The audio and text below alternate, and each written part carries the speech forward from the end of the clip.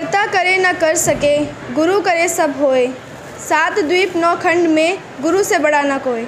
जैसे कि हम सब जानते हैं कि आज शिक्षक दिवस है और इसी के उपलक्ष्य में हम आप सभी के लिए खास कार्यक्रम लेके आए हैं, जिसमें हमारा अहम मुद्दा है महिलाओं का शिक्षा ग्रहण करना, उनका शिक्षित होना, फिर शिक्षक बनना और समाज को शिक्षित करना।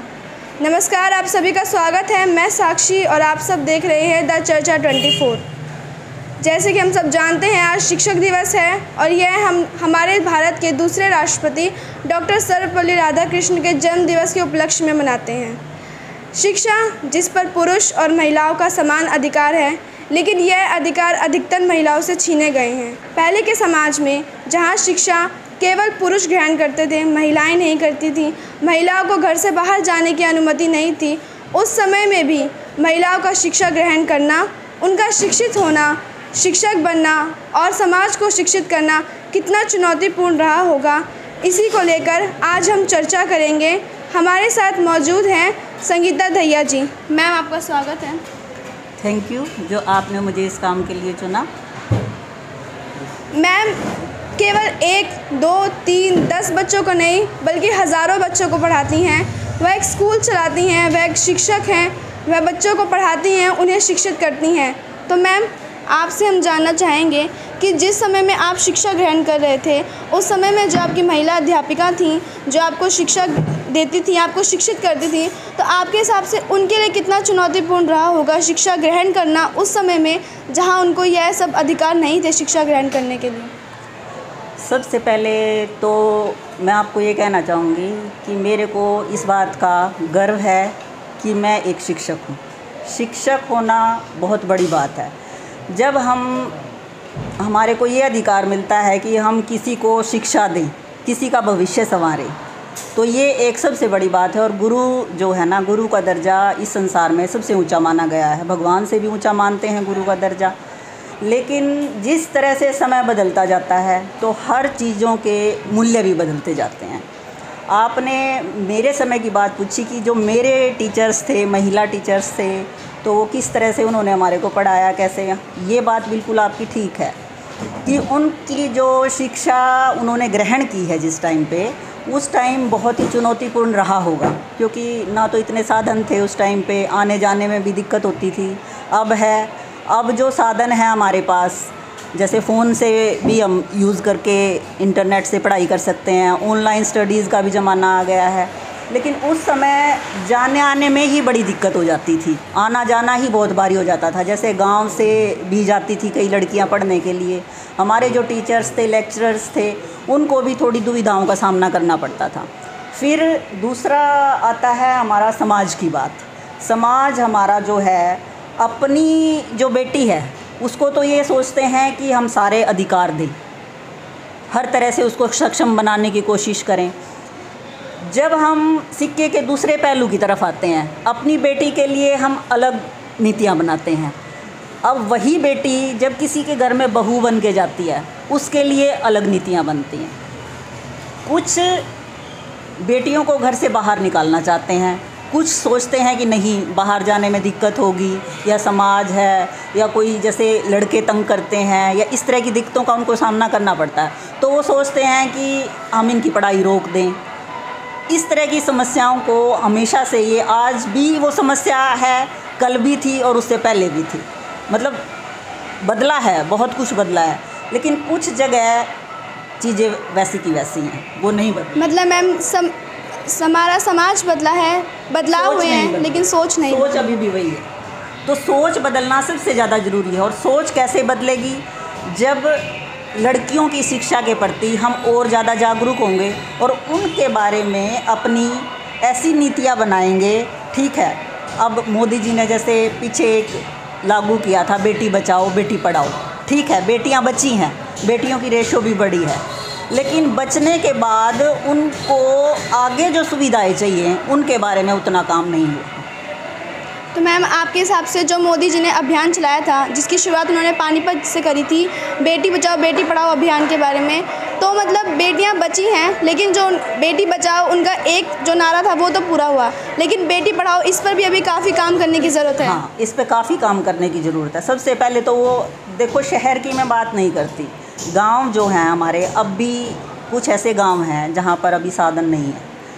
+2 बड़ी मुश्किल से लड़कियां कर पाती हैं।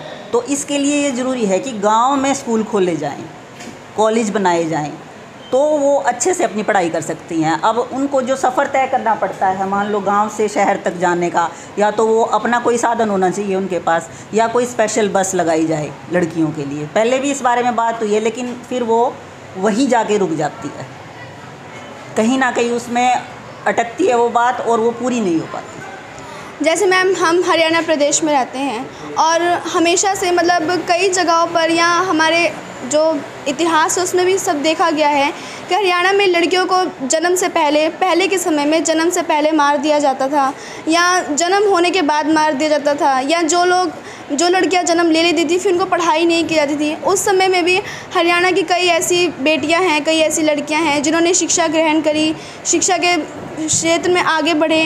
तो मतलब आपका क्या राय है कि हमें बेटियों को बचाना चाहिए, उन्हें मारना नहीं चाहिए, उन्हें शिक्षा देनी चाहिए?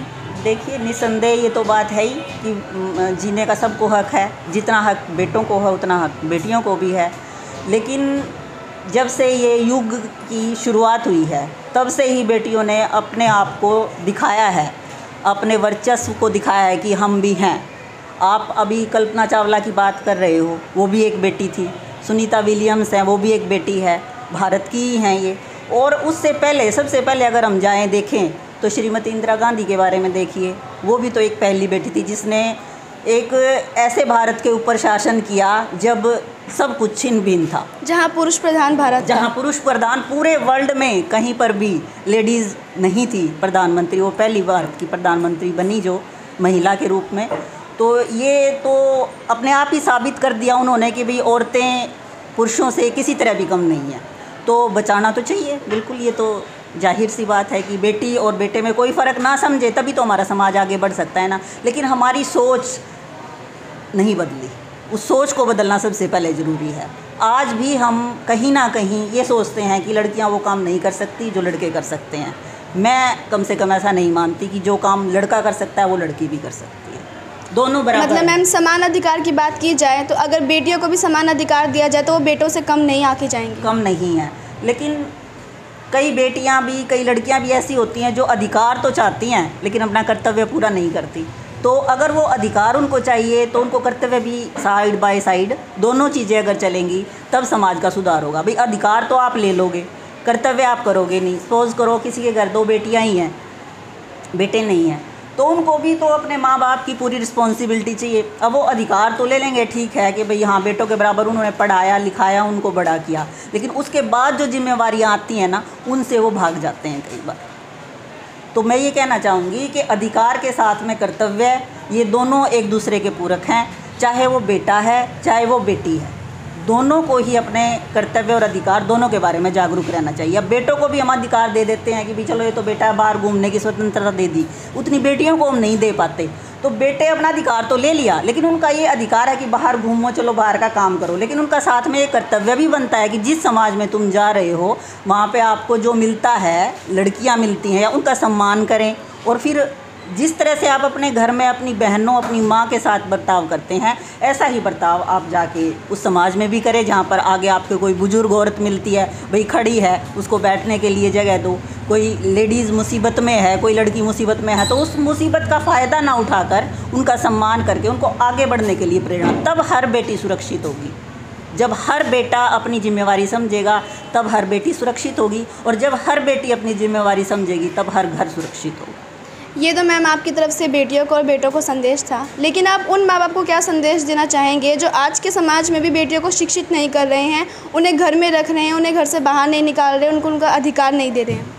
देखो, इस चीज़ के लिए मैं फिर वही बात कहूँगी, कुछ सरकार, कुछ समाज, कुछ माँ बाप, इसमें सिर्फ एक वर्ग की गलती नहीं है, ना माँ बाप की गलती। माँ बाप भी डरते हैं, जो केसेस होते हैं पीछे जो कांड हुए हैं बेटियों को लेकर, तो उसमें माँ बाप भी घबरा जाते हैं कई बार कि भी वो सोचते हैं कि पढ़ाई ना ही कराएं तो ठीक है, कम से कम वो बची तो रहेगी। उनकी इसके पीछे एक ये भी सोच होती है, कई माँ बाप की ये भी सोच होती है कि बेटों का पढ़ना ज़्यादा ज़रूरी है, बेटियों का नहीं, ये भी सोच होती है।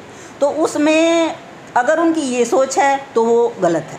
उनको उस चीज़ को बदलना होगा और इस काम के लिए हर समाज के हर वर्ग को आगे आना होगा, तब बात बनेगी। अकेले माँ बाप से भी कुछ नहीं होगा, अकेली सरकार से भी कुछ नहीं होगा, और अकेला अगर कोई बंदा खड़ा है उससे भी कुछ नहीं होगा। इसमें सबको एकजुट होके एक प्लानिंग करनी होगी इसके लिए कि भी हम किस तरह से अपनी बेटियों को आगे बढ़ाएंगे, तब ये बात बनेगी।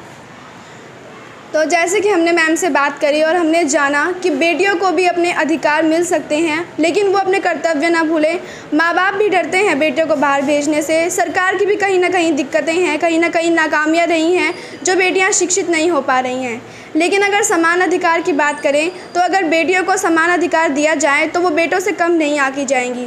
जैसे हम बात करें सावित्रीबाई फुले की, वो भारत की पहली महिला अध्यापिका थीं, जो उस समाज में जहाँ बेटियों को घर से बाहर नहीं निकाला जाता था, जहाँ उन्हें घर में रखा जाता था, उस समय उन्होंने शिक्षा ग्रहण करी और शिक्षित हुई।